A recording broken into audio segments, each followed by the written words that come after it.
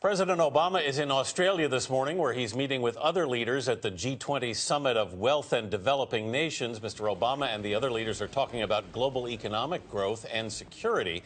But that doesn't mean developments here at home are far from his mind. Topping his agenda once he returns will be the long-running debate over immigration. Senior White House correspondent Bill Plant has more on that. He's in our Washington bureau. Bill, good morning.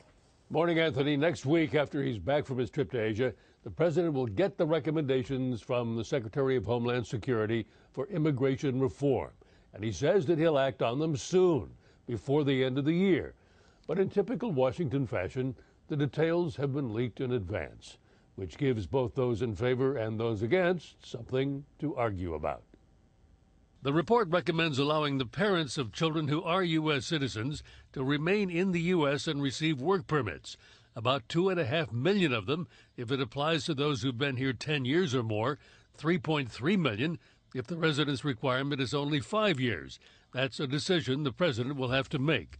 Also recommended expanding the protection of those who came as children, the so-called dreamers, and extending it to their parents, which would be an estimated additional 1 million plus. Enforcement rules would be eased for undocumented persons with no criminal history and would be concentrated on criminals and national security risks. President Obama has been saying that he will use his executive authority to act on immigration if Congress does not. And on Friday, answering questions in Myanmar, or Burma as it used to be known, the president again challenged Congress. And I indicated to Speaker Boehner several months ago that if, in fact, Congress failed to act, I would use all the lawful authority that I possess to try to make the system work better. And that's going to happen. That's going to happen before the end of the year. Many Democrats want the president to move ahead with executive action. 200,000, 300,000, 400,000 deportations a year. These statistics represent people. But Republicans are furious. House Speaker John Boehner. We're going to fight the president tooth and nail if he continues down this path. This is the wrong way to govern. But this is an argument that the president wants to have.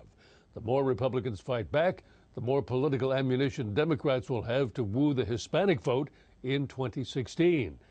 But, of course, there is an internal argument in the administration over the best time to announce this decision.